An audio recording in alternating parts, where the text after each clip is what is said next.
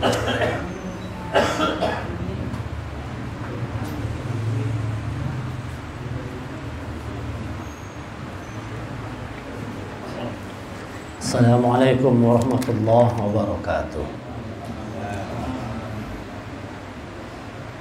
Bapak-bapak, jemaah rahimakumullah, bersama-sama terlebih dahulu kita buka pertemuan pada malam hari ini dengan membacakan basmalah. Bismillahirrahmanirrahim. Innal hamdalillah nahmaduhu wa nasta'inuhu wa nastaghfiruh wa na'udzu billahi min syururi anfusina wa min sayyiati a'malina. Man yahdihillahu fala mudilla lahu wa man yudlil fala hadiya lahu. Asyhadu an la ilaha illallah wa asyhadu anna Muhammadan abduhu wa rasuluh la nabiyya ba'da. Allahumma salli wa sallim ala Muhammad Rasulillah wa ala alihi wa sahbihi wa man tabi'ahu wa walahu ila yaumil qiyamah. Rabbi shrah li sadri wa yassir li amri wahlul 'uqdatam min lisani yafqahu qawli. Rabbi zidni ilma warzuqni fahma. فقال الله تعالى في القرآن الكريم أعوذ بالله من الشيطان الرجيم يا أيها الذين آمنوا اتقوا الله حق تقاته ولا تموتن إلا وأنتم مسلمون. Wahai orang yang beriman, bertakwa kepada Allah dengan benar, jangan kalian mati kecuali dalam keadaan sebagai orang yang berserah diri kepada Allah sebagai seorang muslim. Ya ayuhan nasu taqu rabbakum alladzi khalaqakum min nafsin wahidah wa khalaqa minha zawjaha wa bassa minhuma rijalan katsiran wa nisaa. Wattaqullaha alladzi tasaaluna bihi wal arham innallaha kana 'alaikum raqiba. Ya ayyuhalladzina amanu taqullaha wa qulu qawlan sadida yuslih lakum a'malakum wa yaghfir lakum dhunubakum wa man yuti'illaha wa rasulahu faqad faza fawzan 'azima. Alhamdulillah, puji syukur kita haturkan kepada Allah Subhanahu wa taala. Malam hari ini kita kembali dipertemukan Allah dalam keadaan sehat wal afiat dan dalam suasana hujan yang turun rintik-rintik. Sudah lama kada hujan, malam hari ini hujan. Mudah-mudahan hujan ini membawa keberkahan. Maka tadi ulun bacakan waktu maghrib itu wa anzalna mubarakan wa anzalna minas sama'i ma'an mubarak. Kami turunkan Quran, apa kata Allah? Kami turunkan air dari langit yang penuh dengan keberkahan. Dan itu rakaat pertama, rakaat kedua itu kisah turun air dari langit yang air itu membawa keberkahan. Alhamdulillah, kita bersyukur bahwa kita masih diberi kesempatan oleh Allah dengan limpahan rahmat, taufik dan hidayahnya, terus punya semangat untuk mentadabburi Al-Quran ini yang kita lakukan tentunya dalam rangka supaya dapat meningkatkan kualitas iman dan takwa kita kepada Allah Subhanahu wa taala. Salawat dan salam semoga senantiasa tercurah kepada Nabi kita Nabi Muhammad sallallahu alaihi wasallam beserta kerabat, sahabat dan pengikut beliau hingga akhir zaman. Kita akan lanjut kaji tentang surah Al-Fath. Tadabbur surah Al-Fath, satu surah yang istimewa, termasuk salah satu surah yang dicintai oleh Rasulullah. Kata Abdullah ibnu Abbas, kalau seandainya aku ini tidak takut dikerumuni orang banyak, akan aku sampaikan bahwa aku mendengar Rasulullah dari atas kudanya dari Madinah menuju Mekah. Sewaktu penaklukan kota Mekah itu sepanjang jalan Rasulullah membaca surah Inna fatahna laka fatham mubina. Dari Madinah sampai Mekah tuh, sepanjang jalan tuh Rasulullah atas kudanya membaca surah Al-Fath. Jakanya aku karena takut dikerubuni orang banyak, jangan aku kisahkan ya. Cuma karena takut dikerubuni orang, akhirnya Abdullah bin Abbas itu diam, tidak bercerita bahwa dia menyaksikan dan mendengar langsung Rasulullah itu di atas kudanya dari Mekah, dari Madinah menuju Mekah, sewaktu pernah melakukan kota Mekah, sepanjang jalan membaca surah Al-Fath. Akhirnya kota Mekah itu dapat ditundukkan, maka disebut dengan Al-Fath, yang artinya kemenangan, yang artinya pembukaan, yang artinya penaklukan. Nah, karena telah ditaklukkannya kota Mekah oleh pasukan Rasulullah sallallahu alaihi wasallam, di mana sebelumnya pada tahun ke-6 Hijriah ketika rombongan Rasulullah bersama dengan lebih kurang 1.400 orang ingin menuju Mekah melaksanakan ibadah umroh, namun terhalang oleh kaum Quraisy, kafir Quraisy Mekah, terhalang oleh kaum musyrikin Mekah, dilarang masuk, dibuatlah perjanjian Hudaybiyah, baru boleh masuk beberapa tahun ke depan. Baru tahun ke-10 Hijriah Rasulullah berhasil masuk ke kota Mekah itu. Nah, ini artinya surah ini sangat istimewa. Dan tentunya sesuai dengan namanya Al-Fath, maka setiap ayat itu menyampaikan pesan kepada kita semua bagaimana caranya supaya kita ini bisa menjadi orang yang meraih kemenangan. Kemenangan sejati. Bukan kemenangan yang semu, tapi kemenangan yang sejati. Menang dunia dan akhirat. Kita lanjutkan ayat yang ke-11. A'udzu billahi minasyaitonir rajim. Sayaqulu lakal mukhallafuna minal a'rab syaghalatna amwaluna wa ahluna fastaghfir lana. Yaquluna bi alsinatihim ma laysa fi qulubihim. Qul faman yamliku lakum minallahi syai'a in arada bikum darran aw arada bikum naf'a bal kana Allahu bima ta'maluna khabira. Orang-orang Badui, nah, ini ada di Mekah sana dulu ada namanya Arab Badui, Arab-Arab yang tinggal di pelosok di kampung-kampung. Dan orang Arab Badui ini jadi orang tuh kurang pengetahuan lah, kurang pemahaman. Jika kita dengar cerita Rasulullah, orang Badui ini kadang-kadang sering banyak yang lucu-lucu kisahnya tuh, ya kan? Karena memang kekurangan pengetahuan, disebut dengan Arab Badui. Kurang wawasan pengetahuan. Orang-orang Arab Badui yang tertinggal tidak turun ke Hudaybiyah. Jadi artinya ada orang Arab Badui waktu menuju Mekah mau umroh itu kada umpat waktu ke Hudaybiyah untuk membuat perjanjian Hudaybiyah, tidak umpat Arab Badui ini, kada mau ikut. Orang-orang Badui yang tinggal tidak turun ke Hudaybiyah akan berkata kepadamu, maksudnya dia berkata kepada Rasulullah, apa perkataannya, ya kan? Wa amluna saghalatna amwaluna wa ahluna fastaghfir lana. Kami telah disibukkan oleh harta dan keluarga kami, maka mohonkanlah ampunan untuk kami. Jadinya alasan kami kada kawa umpat Hudaybiyah tu jar orang Arab Badui jadi nih. Karena kami ini haur ngurus harta, menjaga harta kami, menjaga keluarga kami. Kalau itu mintakan ampun sama kami kada kawa umpat. Pintar orang Badui ini. Padahal harusnya ikut, tapi tidak mau ikut dengan alasan sibuk ngurus harta dan ngurus keluarga. Tuh. Iya, hendaknya nyaman aja. Nanti dikasih di bawah nih. Tapi waktu mau berperang kada mau ikut. Tapi nanti begitu dapat harta rampas perang minta bagian. Ini kisah orang Arab Badui itu kayak itu di sini nih. Waktu mau pergi berperang kada mau ikut berperang. Setelah dapat harta rampas perang, kami bagi pangjar. Lalu ya Rasulullah, perintah Allah, tidak boleh, jangan dikasih. Suruh mereka perang duluan.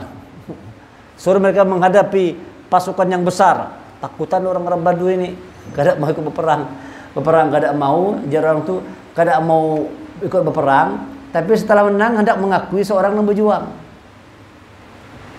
Nah, itu kan peristiwa itu sekarang ada cuma kayak itu tuh. Ada orang tuh kada mau susah, mau nyamannya aja, diajak berjuang kada mau, sudah berhasil, iya seolah-olah jadi pahlawannya. Nah ini Arab Baduy itu kayak itu, banyak alasan. Kada kawa aku berperang, kenapa? Sibuk ngurus harta, sibuk ngurus harna, awak keluarga. Dulu kayak itu. Sekarang kan banyak juga modelnya kayak itu modelnya. Diajak orang misalnya kan, ayo kita ke masjid, kada kawa haur lagi. Nah, ayo kita belajar mengaji yuk, kada kawa menjaga anak di rumah. Banyak alasan. Intinya malas saja. Intinya itu malas, intinya itu enggan, kada mau, cuman dibuat-buat alasan. Apa alasannya? Sagolatna amwaluna wa ahluna fastaghfir lana. Kami sibuk mengurus harta-harta kami dan mengurus keluarga kami, maka mohonkanlah ampun untuk kami. Yaquluna bi alsinatihim ma laysa fi qulubihim. Mereka berkata dengan lisan mereka apa yang tidak ada dalam hati mereka. Sebujurnya bukan itu alasannya. Jadi contoh. Mereka mengatakan sesuatu yang sebenarnya tidak ada dalam hatinya. Dalam hatinya dia tahu kami ini koler benar aja. Itu kan hati dengan ucapan itu beda. Hati tahu sebujur seorang itu koler benar aja. Cuman membuat alasan. Alasannya sibuk ngurus harta dan anak. Mereka mengucapkan sesuatu dengan mulutnya apa yang tidak ada dalam hatinya. Kalau sesuai, mulut lawan hati itu kada sesuai. Ya kan? Mulut pina manis benar, hati sebujurnya kada kayak itu. Harap berpolitik orang-orang Baduy. Harap berpolitik. Bikin alasan. Kada sesuai mulut dengan hatinya. Jadi kalau kita baca Quran, ini peristiwa itu dulu ada kan sejarah. Sekarang dia terulang lagi. Banyak orang begitu kan. Bicara itu tidak sesuai dengan apa yang dalam hati. Apa yang diucapkan dengan yang dijanjikan, dengan yang dilakukan kada sesuai. Waktu pemilu kan sebelum terpilih janji manis benar mulut tadi. Setelah menang, dilupakan. Ada video tuh sekarang ada Rempang lagi rame kalau tuh Rempang Galang tuh diputar orang pandiran presiden kita nih Bahari waktu kampanye. Tanah kampung-kampung tua kita sertifikat. 3 bulan lagi sertifikatnya keluar. Ajar presiden. Sekali sebawah ini tidak keluar sertifikatnya, malah hendak diambilnya ampun tanah orang. Ada sesuai mulut dengan hati. Itu orang-orang Baduy katanya. Orang-orang Baduy itu kayak itu tuh. Kada sesuai ucapan lawan perbuatan kada sesuai. Menyambati kena paling waktunya 3 bulan. Kampung-kampung tua akan kita sertifikat. Setuju? Setuju. Akhirnya orang milih. Jadi dari Rempang itu yang menang presiden. Dari Rempang Galang situ waktu pemilu 2019 menang Jokowi sana. Jar orang rasai lagi jarang pilih lagi. Kayak saja kayak itu Bang. Dia yang ada di sana tuh. Wah, kadang kita membaca aja ya. Intinya banyak orang-orang seperti itu. Ucapannya tidak sesuai dengan apa ada di dalam hati. Ngomong mulut berpandir A, hatinya B. Namanya apa bisa itu kok sebenarnya kayak itu tuh. Orang munafik kalau lah. Kada sesuai ucapan dengan tindakan, ucapan dengan apa di dalam hati tidak sesuai. Qul famay yamliku lakum minallahi syai'a. Katakanlah, maka siapakah yang dapat menghalang-halangi kehendak Allah jika dia menghendaki? In arada bikum darran aw arada bikum naf'a. Dia menghendaki bencana terhadap kamu atau jika dia menghendaki keuntungan bagimu. Dua aja hidup dengan dapat keuntungan atau dapat kerugian. Untung atau musibah. Kalau orang perang itu kan menang atau kalah, membunuh atau terbunuh, semua atas dasar kehendak Allah. Dipergilirkan. Kada selawasnya kita menang terus, bisa juga kalah. Dipergilirkan. Dalam sejarah itu dipergiliran. Dulu yang menang orang kafir, kalah Islam. Habis itu menang Islam. Setelah itu kalah pulang, bergilir. Dipergilirkan oleh Allah. Ada in aradakum darran aw arada bikum naf'a. jika dia menghendaki bagi kalian bahaya atau dia menghendaki bagi kalian manfaat. Dua aja. Bahaya kah atau manfaat kah? Untungkah atau rugi kah? Orang Arab Badui ini sudah takut dahulu. Amun kita ke Hudaybiyah, kalau kita kalah mati terbunuh ya. Nah, kada usah umpat aja gitu. Apa alasannya? Padahal kan kita lagi haur, jaga harta, jaga keluarga. Kisahnya seperti itu maksudnya. Orang-orang Arab Badui takut nantinya menyambati. Bubuan di kisah berikutnya ada setelah ini.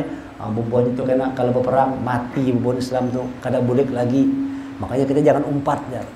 Kalah bubuhannya tuh. Nya berprasangka buruk kepada Rasul dan para sahabatnya. Kadang mungkin menang, bubuhan itu kalah kena perang, mati seberataan aja.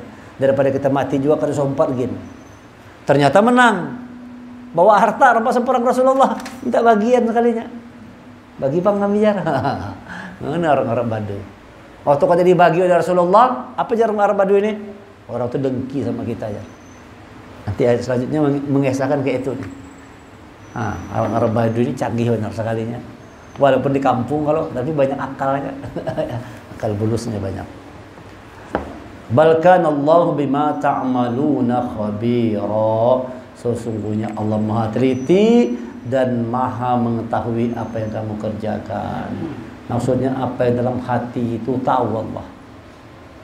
Apa yang ada dalam hati manusia ini tahu Allah. Walaupun mulutnya berpandir apa, walaupun sikapnya melakukan tindakan apa, tapi Allah tahu. Yang dilihat Allah itu kan hatinya.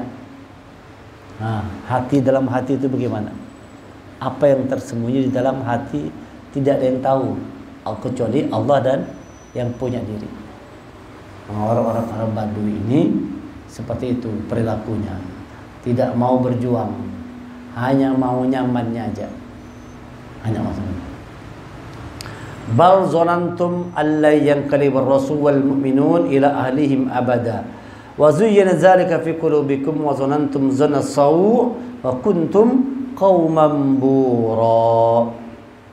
Bahkan semula kamu menyangka, ini yang saya kata tadi ini, bahwa Rasul dan orang mukmin sekali-kali tidak akan kembali kepada keluarga mereka selama-lamanya. Kada mungkin boleh mati sudah jarang. Sangkaan orang Arab Badui ini, makanya kada mau umpat. Waktu diajak untuk pergi ke Mekah, waktu diajak untuk Hudaybiyah, kada mau ikut. Rasulullah membawa 1.400 orang pasukan muslim. Kada mau umpat orang Arab Badui ini. Kenapa dia menyangka Rasul dan orang-orang mukmin sekali-kali tidak akan kembali lagi kepada mereka, kepada keluarga mereka selama-lamanya. Mati maksudnya kena bubuhan itu mati ya. Sangka buruk. Ini orang-orang Arab Badui itu seperti itu. Berprasangka buruk alias di balik kata-kata itu punya jiwa yang pengecut, penakut. Islam itu tidak boleh. Orang-orang yang pengecut, penakut itu tidak boleh. Orang Islam itu harus menjadi orang yang pemberani. Selama benar harus berani. Kita hanya boleh takut kepada Allah saja. Pada yang lainnya kita boleh takut. Orang Arab Badui takut berperang. Kalau punya kita mati kita boleh lagi jangan. Maka dia menyangka Rasul dan orang-orang mukmin itu tidak akan kembali kepada keluarga mereka selama-lamanya. Alias mati sudah jangan, kalah dalam perang.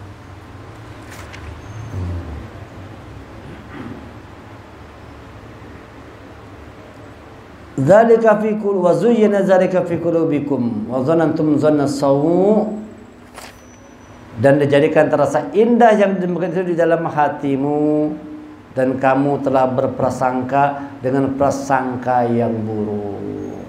Ini orang-orang Badui suka berprasangka buruk dan hebatnya itu dia merasa itu indah. Wa zuyyina dzalika fi qulubikum. Jadi ada orang-orang itu berbuat zalim, berbuat kefasikan, berbuat keburukan itu kadang-kadang terasa indah perbuatan buruk tadi. Indah aja. Merasa indah, merasa bagus aja, merasa bujur aja. Wa zuyyina dzalika fi qulubikum wa zanantum dhanna saw. Dijadikan terasa indah sangka buruknya tadi. Ada orang-orang yang hidup itu berprasangka buruk dan itu terasa indah dalam hati. Kada akan mungkin boleh tentara Islam mati. Itu terasa indah dalam hati. Persangka buruk. Padahal kita tidak boleh berprasangka buruk, apalagi berprasangka buruk kepada Allah. Tidak boleh bersangka buruk pada orang lain, kepada Allah apalagi. Orang yang banyak zona sau ini, zona sau ini, sangka buruk, ya kan? Suuzon, orang bilang suuzon. Di sini kata-katanya wazanantum zonna sau. Dan mereka dengan persangkaan yang sau, buruk, sangka buruk. Tidak boleh. Jadi hidupnya tidak boleh sangka buruk, sangka baik, apalagi terhadap Allah harus sangka baik. Kita mengalami satu peristiwa yang tidak menyaman, tidak enak bagi kita, tetap sangka baik. Jangan sebanyak sangka buruk. Ini sunatullah. Orang yang terbiasa dalam hidupnya selalu suuzon, sangka buruk terus, na'udzubillah, itu matinya bisa su'ul khotimah. Orang yang suka su'uzon, su' itu buruk. Orang yang suka su'uzon, sangka buruk, bisa-bisa nanti matinya su'ul khotimah, buruk juga matinya. Tapi kalau orang selalu berhusnuzon, sangka baik, maka insya Allah nanti matinya husnul khotimah. Ini kalau kita ingin hasilnya itu baik, sangka baik. Tidak mungkin kalau kita nyangka buruk, datang baik. Sesuai persangkaan, ya kan? Allah itu abdizoni, sesuai dengan persangkaan hambanya. Inna abdizoni, sesungguhnya aku ini kata Allah bergantung dengan persangkaan. Inni abdizoni, sesungguhnya aku bergantung persangkaan hambaku. Jadi kalau sudah hamba bersangka buruk kepada Allah, buruk yang datang. Sudah sangka buruk duluan, yang datang buruk. Aku bergantung persangkaan hambaku kata Allah. Jadi kalau kita ingin mendapatkan sesuatu yang baik dari Allah, sangka baik, jangan sangka buruk. Orang-orang Arab Baduy ini banyak berprasangka buruk dalam kehidupannya itu. Sangka buruk. Makanya di dalam surah Al-Hujurat itu dikatakan kita disuruh menghindari yang namanya prasangka buruk ini. Nah, itu kan. Ya ayyuhalladzina amanu katsir minadh-dhanni inna ba'dadh-dhanni itsm. Nah, itu kan. Wahai orang beriman, jauhilah banyak dari prasangka. Sesungguhnya sebagian prasangka itu dosa. Dalam surah Al-Hujurat ayat yang ke-12. Wahai orang beriman, jauhilah banyak dari prasangka. Sesungguhnya sebagian prasangka itu dosa. Jangan banyak sangka buruk. Ketemu kawan Muhammad Rangut, kalau jangan sangka buruk. Bukannya marah, barangkali lagi sakit parut orangnya, dalam Muhammad Masam. Nah, padahal orang lagi nahan sakit parut. Kalau kita melihat Muhammad Masam marah kah? Tidak Rangut Bandar Sarik kah? Padahal orang lagi sakit parut. Allah katakan jauhi prasangka. Karena sebagian prasangka itu, sebagian besarnya itu dosa. Ya ayyuhalladzina amanu jtanibu katsir minadh-dhanni inna ba'dadh-dhanni itsm. Wala tajassasu wa la yaghtab ba'dukum ba'dha ayuhibbu ahadukum ay ya'kula lahma akhihi maytan fakarihtumu wattaqullaha innallaha tawwabur rahim. Dan janganlah kamu mencari-cari kesalahan orang lain, dan jangan ada yang di antara kamu yang menggunjing sebagian yang lain. Apakah ada di antara kamu yang suka makan daging saudaranya yang sudah mati? Ini orang-orang yang suka sangka buruk nih, ujung-ujungnya yang gunjing orang. Karena sangka buruk tadi kan, akibatnya hobinya mencari kesalahan orang, menggunjing orang lain. Allah tegas katakan yang suka mencari kesalahan orang, yang menggunjing-gunjing orang lain itu seperti makan bangkai saudaranya sendiri yang sudah mati. Mau kada makan bangkai? Bangkai itu bau kada? Nah, kalau orang banyak mulut tuh menyambati orang aja tuh bau. Banyak sangka buruk, banyak suuzon, banyak menyambati orang, banyak mengunjung orang, makan bangkai, bau mulut. Nauzubillah. Hindari yang namanya banyak prasangka. Jangan sampai prasangka. Jauhkan yang namanya prasangka. Jamaah rahimakumullah, selanjutnya Allah katakan wa kuntum qauman bura, karena itu kamu menjadi kaum yang binasa. Jadi orang yang suka berprasangka buruk pada akhirnya dia menjadi kaum yang binasa. Kalah, hancur itu karena prasangka buruk tadi. Kalau orang zalim dengan orang lain, ya kan? pasti dia akan hancur sendiri. Semakin kita sering sangka buruk sama orang lain, semakin kita menghancurkan diri kita sendiri. Bukan menghancurkan orang yang kita sangka buruk, itu akan membuat kita sendiri yang akan hancur binasa. Cuma tinggal menunggu waktu aja. Akan Allah hancurkan, Allah binasakan orang-orang yang selalu berprasangka buruk terhadap orang lain. Karena kalau sudah prasangka buruk tuh pasti yang keluar dari mulut kita tuh buruk juga. Maulah kita kalau sangka buruk tuh keluarnya baik. Kadang mungkin kalau sudah sangka buruk sama orang pasti keluar mulutnya buruk juga. Nya tuh mencuri, dia gawian, padahal kada. Nya tuh gawinya meramputi orang aja, padahal kada. Macam-macam orang dipitnah, orang-orang dikatai, macam-macam digunjing segala macam. Itu orang-orang yang akibat selalu berprasangka buruk. Allah katakan yang selalu berprasangka buruk, wa kuntum qauman bura, mereka itu akan menjadi kaum yang dibinasakan. Jauhi prasangka buruk. Jadi dari dua ayat ini bisa kita ambil kesimpulan, ya. Yang pertama, kalau kita ingin menang, ini pesan ayatnya. Kalau kita ingin meraih kemenangan dalam hidup ini, dari dua ini, pertama, jangan sampai harta dan keluarga itu melalaikan kita. Nyari harta itu perlu, tapi jangan membuat kita lalai. Keluarga perlu, tapi jangan sampai keluarga membuat kita lalai.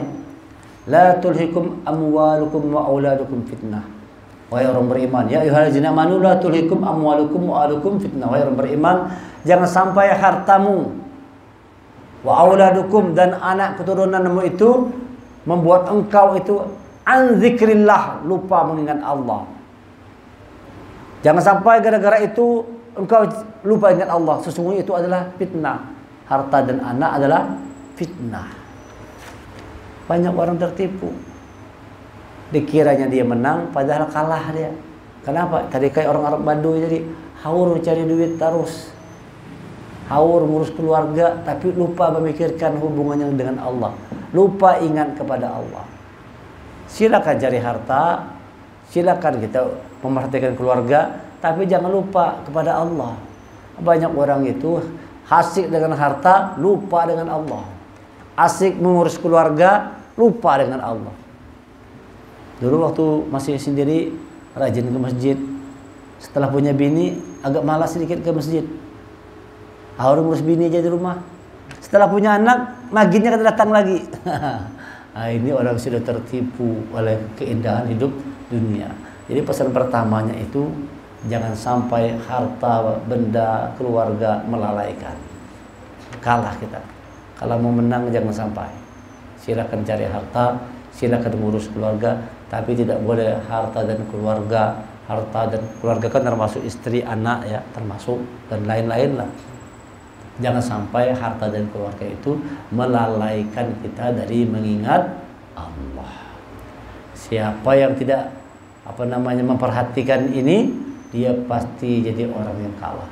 Siapa yang disibukkan oleh harta dan sebatas urus keluarga, kalah. Tapi kalau kita mampu mengendalikannya, mengontrolnya, kita akan jadi orang yang menang. Silakan cari harta boleh, tapi harus ada kontrol. Tetap ingat kepada Allah. Silakan kita membangun keluarga, memang sunatullah seperti itu.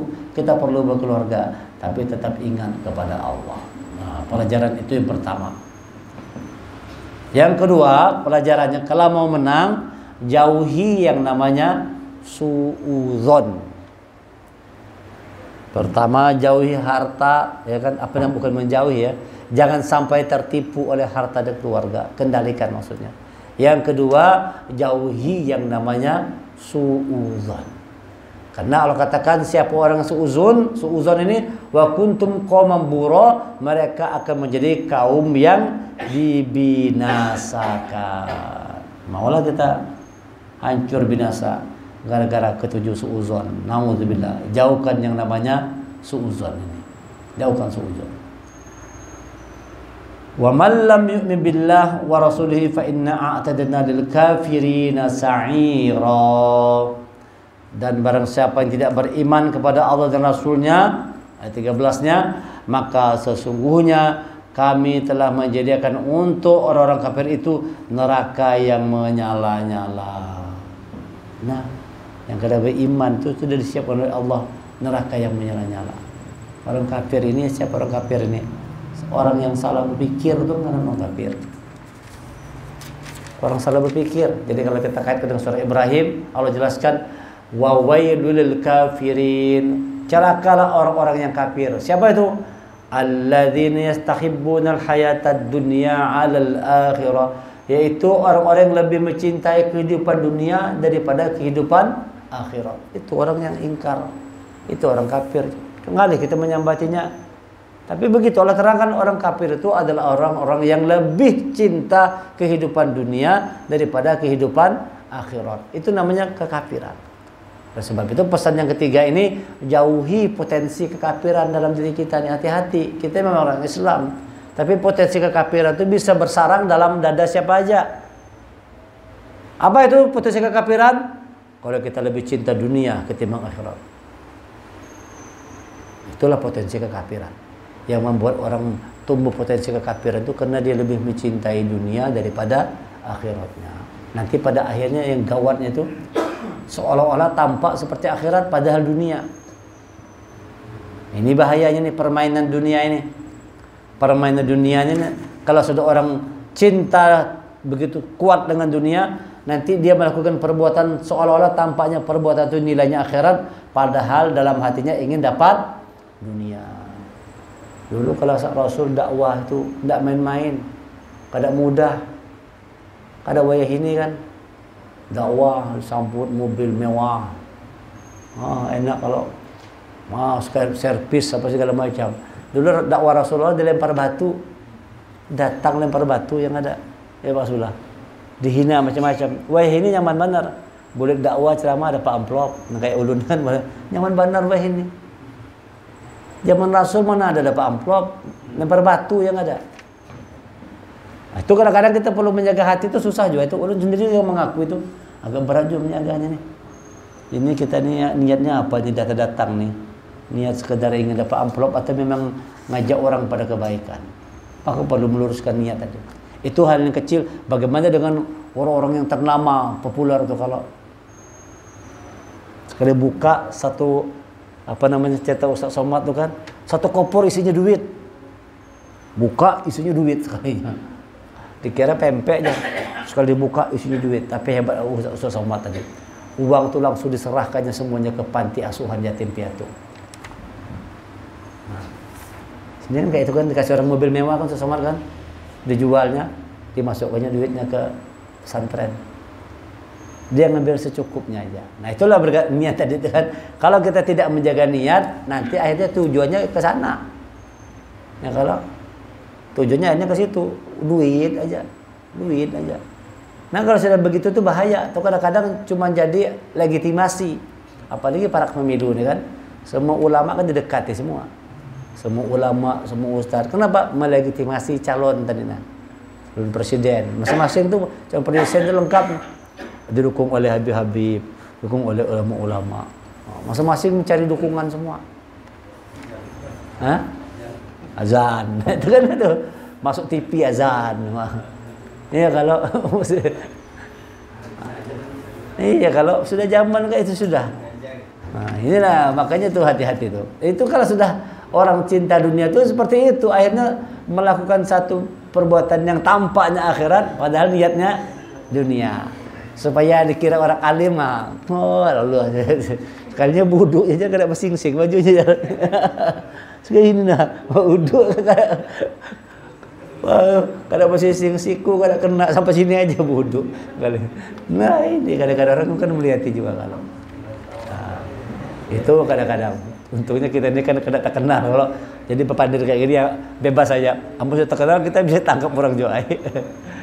Itu artinya kita harus mawas diri. Jadi yang ketiga ini pesannya, jangan sampai kita tertipu daya oleh kehidupan dunia. Jangan tertipu daya.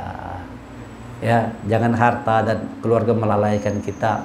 Yang kedua, jauhkan suudzon buruk sangka. Yang ketiga, jauhkan potensi kekafiran yang bisa membuat kita itu lupa mengingat Allah. Potensi kekafiran itu segala macam bentuk keburukan yang itu lahir dari interaksi kita dengan alam semesta, interaksi kita dengan dunia, lahir potensi kekafiran itu. Apa itu potensi kafir? Ketika kita lebih cinta dunia daripada kehidupan akhirat. Dunia kita cari, tapi akhirat jangan dilupakan. Wa bataghi fima atakallahu darul akhirah wa la tansa nasibaka minad dunya wa ahsin kama ahsanallahu ilaik. Wa bataghi fasada fil ard. Jangan buat kerusakan di muka bumi, ya. Berbuat baik kepada sesama. Cari negeri akhirat, jangan lupakan dunia. Artinya silakan aja cari dunia nih, tapi akhirat diutamakan. Cari akhirat, jangan lupa juga dunia. Yang salah itu kalau kita mencari hidup sebatas-batas karena dunia. Bahkan yang nilai akhirat pun kita bawa juga ke dia kepada urusan dunia tadi itu. Na'udzubillah. Ini yang berbahaya. Itu yang namanya berbahaya. Yang sudah diwanti-wanti oleh Rasulullah. Nanti pada akhir zaman banyak ulama-ulama yang jahat. Ulama-ulama su itu Rasulullah mewanti. Mereka itu cuma menjadi corong penguasa aja. Menjadi corong penguasa. Nanti kita lihat dekat pemilu nanti. Banyak yang jadi corong penguasa. Supaya orang baik sekali dia. Kenapa? Ulama itu mendukung sidin juga. Ulama jadi dipakai juga alat untuk politik wayah ini. Harusnya kita ikut pada siapa? Ikut ulama yang lurus, yang memang dia berjuang membela kepentingan umat, bukan kepentingan orang tertentu, bukan kepentingan kekuasaan. Mudah-mudahan kita senantiasa dijaga oleh Allah. Apa yang kita kaji ini dapat kita amalkan.